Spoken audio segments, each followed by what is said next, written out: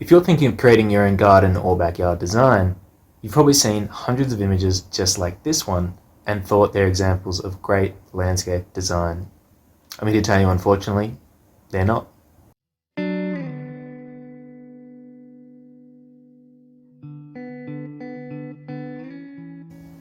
Hey, this is Matt from howtogardendesign.com. I have a background in landscape design and a Masters of Landscape Architecture, and I want to share with you why this isn't an example of landscape design. Let's get into it. So, number one reason to me this example is not a good example of landscape design is that it's basically arbitrary.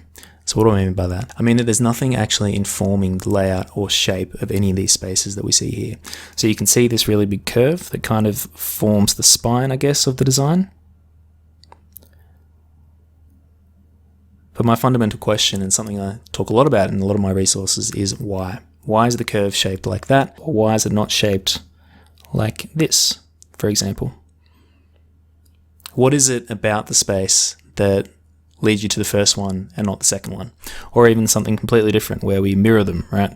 Where you do this kind of action.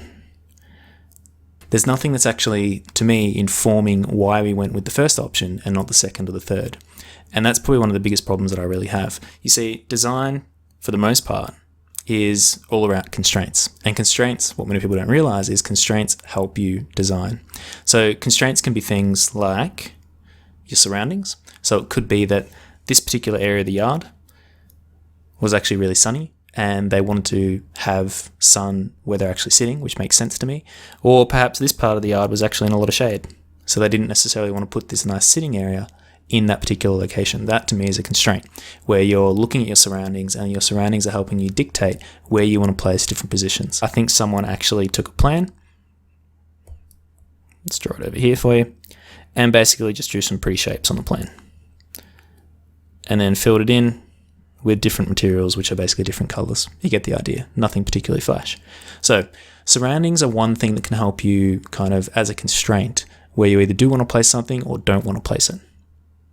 And the second thing that happens is if you look at like the minimum size to make a space work. So this example is quite useful because while this design looks really pretty, and if you wanted to kind of include it in your own backyard, it might work for you. But let's say that you decided you wanted to be able to seat, one of my popular ones is you want to be able to seat 10 or 12 people, even just casually lounging around, family, friends over for dinner and drinks and stuff.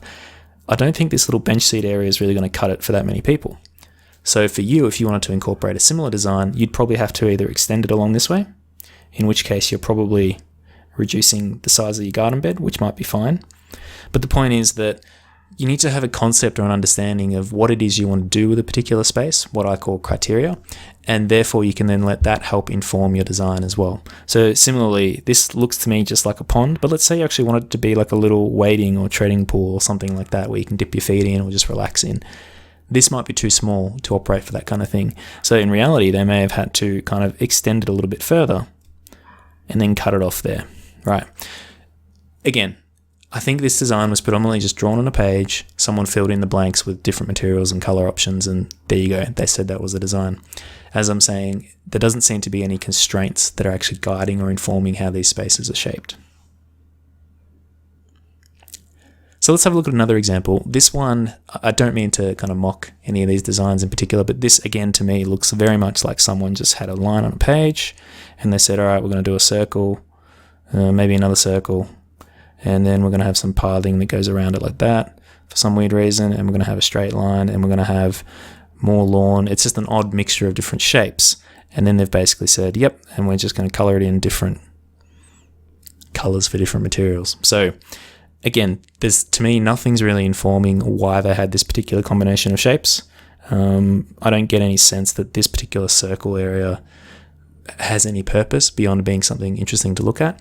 The other weird one, I think, is this arbor that you can see. Generally, arbors are quite useful as like vertical elements in the landscape. They can kind of add some focal point or frame of reference, or they can help you frame a particular view if you're looking through them. Most arbors that you see tend to be straight lines, or they tend to be kind of right angles, that kind of thing. This is a bit of a weird one because it's not really doing any of those things. The most you could say for it is once it kind of fleshes out, and you get some growth on it. Maybe it's that you can't see through it, so you have to kind of wander through it to go around the bend.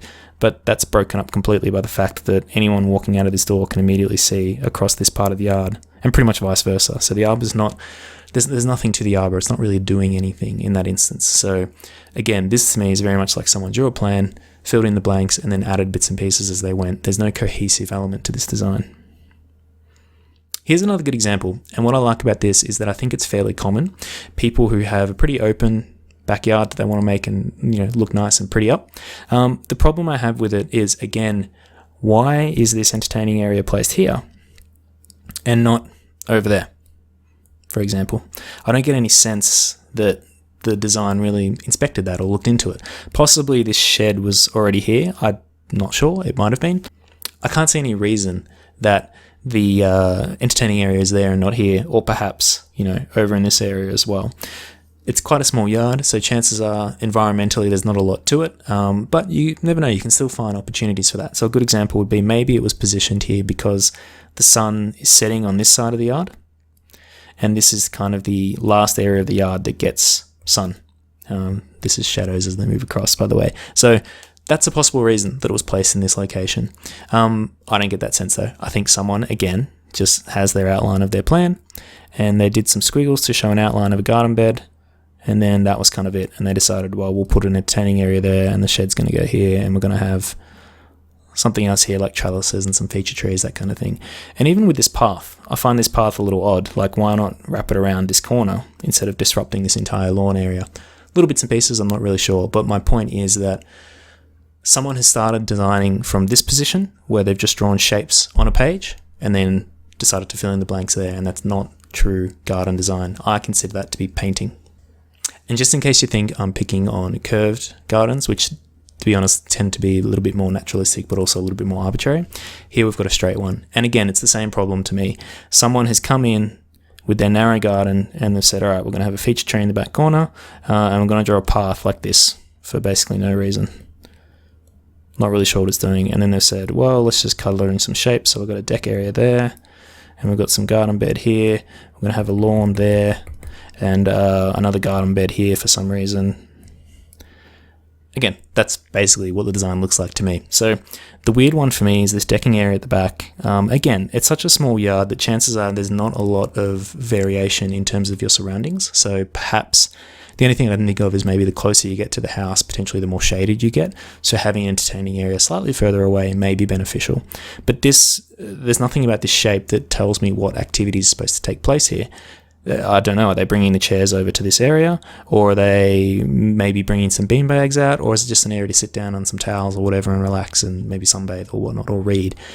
Again, this little wall, I'm not really sure what it's doing other than providing some cover for the bamboo that I'm guessing is growing behind it. Same thing here where it's providing for what looks like a silver birch. I'm not 100% sure. Again, there's nothing that seems to be informing this particular shape, and same with the lawn. The lawn is just some kind of triangular arbitrary shape. So one thing I have to be clear is I'm not saying all these spaces are bad spaces to be in. They can be quite useful, particularly the first one, which we'll go back to.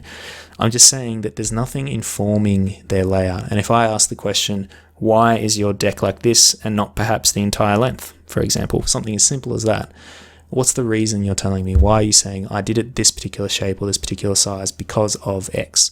Or why is it in this position in the first place? Why isn't the deck switched with the lawn? Right, so why isn't the deck in this area here? I can't see any reason in this particular design why that would be the case. Someone, as I said, has drawn some lines on a page and then filled in the blanks from there. This is a render, so it's not a real design, but I wanted to show it to you because I think it's the clearest example of completely arbitrary positioning and arbitrary shaping. So I don't really get a sense of what style this is supposed to be. I suspect it's probably in the tropics. This particular style doesn't match anything. It certainly doesn't match the building around it, which is probably one of your first mistakes. Secondly, you can see they've kind of equally spaced these trees, but they're not really lining up with anything else in the yard, so that doesn't necessarily align with the edge of the building. There's nothing on the building like windows or doors that kind of give you a sense of why they're located in this particular spot, which is a useful way to let your architecture, your surroundings, inform where you position things. And we'll look more at that in a later video, I think. But again, I don't get the sense of why these trees were located here. The only thing I could really think about is maybe when they're mature sizes, the canopies will interact at that particular spacing. I'm being a bit lenient there, who knows. Same thing with this path. The path is just this bizarre kind of combination of shapes. Nothing's really informing it or outlining it. I don't even get a sense of what style it's supposed to be, because if it's supposed to be a more natural style, I don't really know where else it's heading. It's not really drawing off anything that surrounds it, because I don't think that this particular building or this particular courtyard lends itself to a natural or naturalistic kind of style. But anyway, again, same thing. You've got these little garden beds that don't really seem to point off anything. It's just the whole thing is arbitrary. So I want to reiterate again.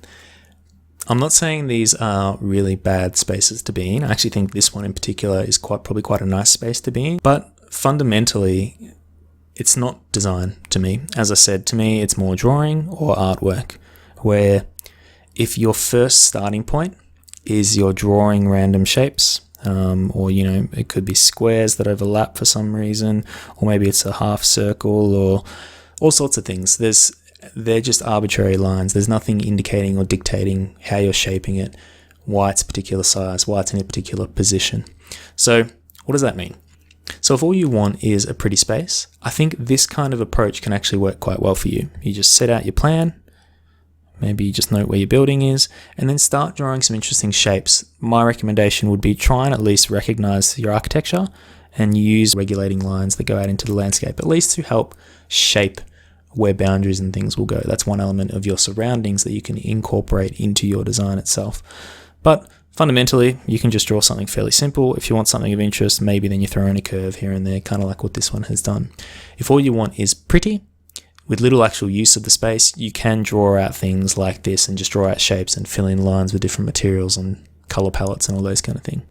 But if you actually want to try and optimize how you're going to use the space or the different spaces in your garden, don't start with drawing random lines on a page. I'm going to look at this in more detail in the next video, but I really want you to consider positioning first. So think about where you want particular things to be in your yard, and then you can start to incorporate curves and shapes and other kind of more artistic elements, if you will, or arbitrary elements as I would coin them. And your design can be a mixture of the two, realistically. Your design can have things positioned in particular spots, and then for those in-between areas, you can kind of go, okay, maybe now we'll throw in some random curves. So if this design was designed that way, perhaps we decided that this area here is the best spot for seating. And we did that because we realized that this is where the afternoon sun kind of shines in. And if you want to enjoy that afternoon sun, this particular orientation is the best spot for it. Secondly, you decided you wanted to put your pond near this kind of afternoon area. Maybe you get some nice breezes coming in this direction, and you'll get some lovely breezes off the pond right into your afternoon area where you're sitting down and relaxing. Beautiful, perfect, I love it. And then you decided that, well, you don't want just a straight line that looks down towards that direction. You want something a bit of interest so that there's a little bit of cover. So if you're sitting in this area, you're not directly visible to people. Maybe that's where the door is from the house. So that's where this curve comes in. This curve comes in and it says, yep, we're providing a little bit of coverage, particularly with this large fern that you see here. If this is how the design process went, then I'm much more comfortable with this particular design, or what I would say art, but I don't think that's exactly how it worked. So once you kind of figure out where the best positions are for something, then you can start to add elements around it. And then maybe you decide, all right, you know what, now I'm going to include my arbitrary line that goes this way just because I like it. That's okay. That's where I think the combination of the two can work really, really well. So if you want more about this, and in particular this idea of positioning and then incorporating and adding kind of the more artistic elements around it, check out my next video where it's basically a super simple version of this particular approach. So thanks very much for watching, and I'll see you in the next one.